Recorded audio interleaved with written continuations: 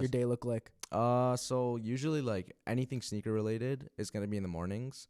It's usually like if it's a Yeezy release, it's usually like 7 a.m. Because that's when they come out. Yeah, it's when they come out, exactly. So it's kind of nice though because you get to get over the main stuff in the morning, and then you kind of have like the rest of the day to do other things. So whatever. Yeezys are released every day? Not every day, but when they do have a release, you wake up obviously before then and have your setup ready and everything like that. And this is your setup with your bots. Exactly. Set up on the Yeezy website. Is that Nike?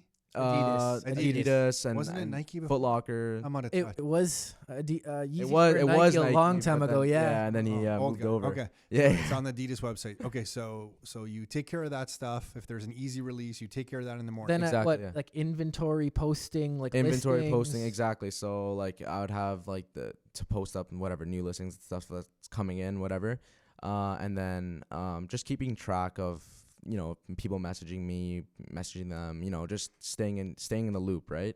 That's usually how the day goes, but it's mostly everything in the morning. So I'd probably be done around 11 a.m. I'd say, and then I have more like there's not many releases past that. It's basically done for the day. That's when you can kind of like chill out, because like before then it's like you got to really be like on your stuff. You got to be on it, yeah. Yeah, exactly. So in your industry, you need capital because you're trying to buy a lot of these sneakers up front at once, and then you're selling them later. So you need the capital, and I know you've been like with the credit card. Yeah. Why don't you talk about that a little bit? How you've been able to get more and more capital up front over time? Yeah. So I mean, when I first started, I was using my parents' credit cards, obviously, because I was like, weren't even 18 yet. Yeah, I was 15. I can't even get a credit card, right? So like, there's no other way. So thank you, Ryan, my dad, for supplying me there. But yeah, so I started like that with that. And then once I can get my own credit card, the day I was 16, that was like my gift, like my birthday present. It was basically 18, sorry. I went to the bank, got my credit card. Actually, at the time as well, I think my dad gave me a supplementary on one of his cards, which was nice. So I could kind of get that going. But I learned a lot, like, So how many credit cards do you have right now? Yeah. Okay. Not including supplementary card. Yeah. I think 9 or 10. Okay. So, and then I have like another. And so this is your access to capital. You figured out how to get these credit cards. You use these credit cards to buy your inventory.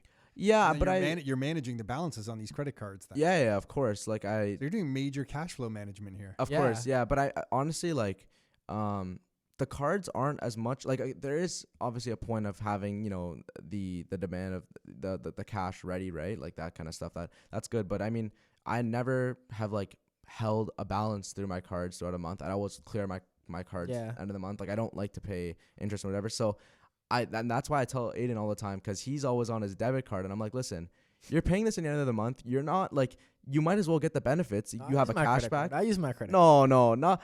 Come on. I always used to pull up the debit. I'm like, dude, get the credit card out. I need a higher limit. As his father, I like him pulling out the debit card. No, I know, but I mean, I just talked to Lorenzo about this in the last podcast. Actually, I'm good for my next credit card now. I'm. Yeah. I know you got it. You were hyped for that new one, so that's good. But I'm saying like, in my case, I'm never looking to like it makes sense and stuff like that. So you might as well get the best out of it. Okay, so you get your first credit card, and then how do you work your way up to getting higher credit limits and all of these different ones? Well, you just gotta be really like consistent and stay on top of your stuff, right? Like, you have to know your balances, pay your balances. Like, you have to keep yourself, like, let's say when I first started, let's say maybe I needed some cash. I would sell something off I didn't want to sell for maybe a lower margin or whatever, just to keep that rate going. And then you can kind of build yourself up like that. And then, you start going to different, I open like bank accounts with like other banks, and then you have like a card with them and whatever. So you can build yourself up like that. So you've done this, so you've had access to a little more capital. Of course, yeah. And that's been great. And I know you've needed to do that to scale. Exactly. And not just the capital, that's the main thing. It's about the way that shoes, like with online the way purchasing, they release. It's one per credit card. So that's a really big factor. True. So it's not almost about the capital. It's about just having them.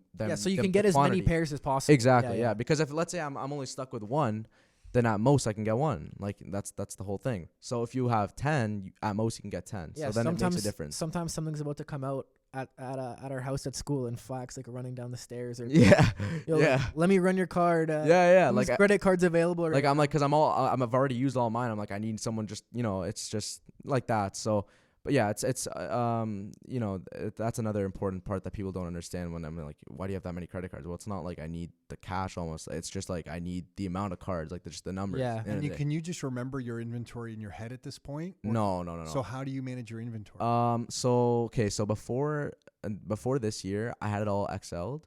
I had I'll show it to you guys after, but it was like inventory, sales. And you just taught yourself this? Yeah. I kind of like, I know the basis of Excel. So I just kind of learned a little bit of like how to like color code, how to like, just little stuff. Like I'm not like a crazy guy in Excel or whatever, but, so I just had like inventory, sales, expenses, whatever. And then just kind of like, I really got it down to the T though. So I'd have like when I purchased it, the order number, the tracking number of the retailer, when I sold it, how much I sold it for profit, any like extra expense. So like I would know like the ship. Let's say I ship something out right to a customer, I would put that in like by itself. I wouldn't just put it as an expense. I would put it like by itself, and then there was like any other expenses. Because then now I have stuff from my U.S. I have a U.S. address. So sometimes when I ship things over, I would have a different, like I'd have to add that cost in as well. So I have everything like really like sorted out, so you know exactly what I'm like where the money's going to.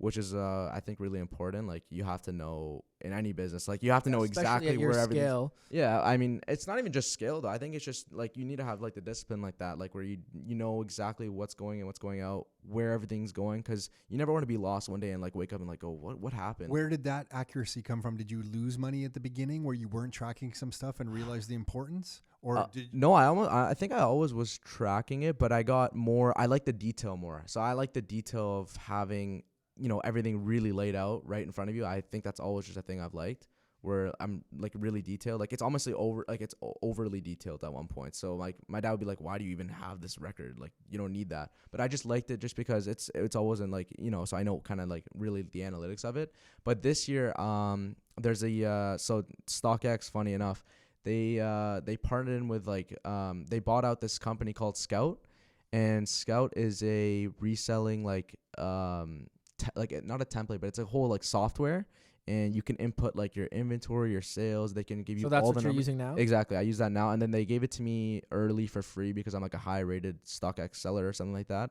So they just let me in for free and let me use it. It is a okay. So that's what you're using now. Yeah. That's kind of what you're doing on an everyday basis. Yeah.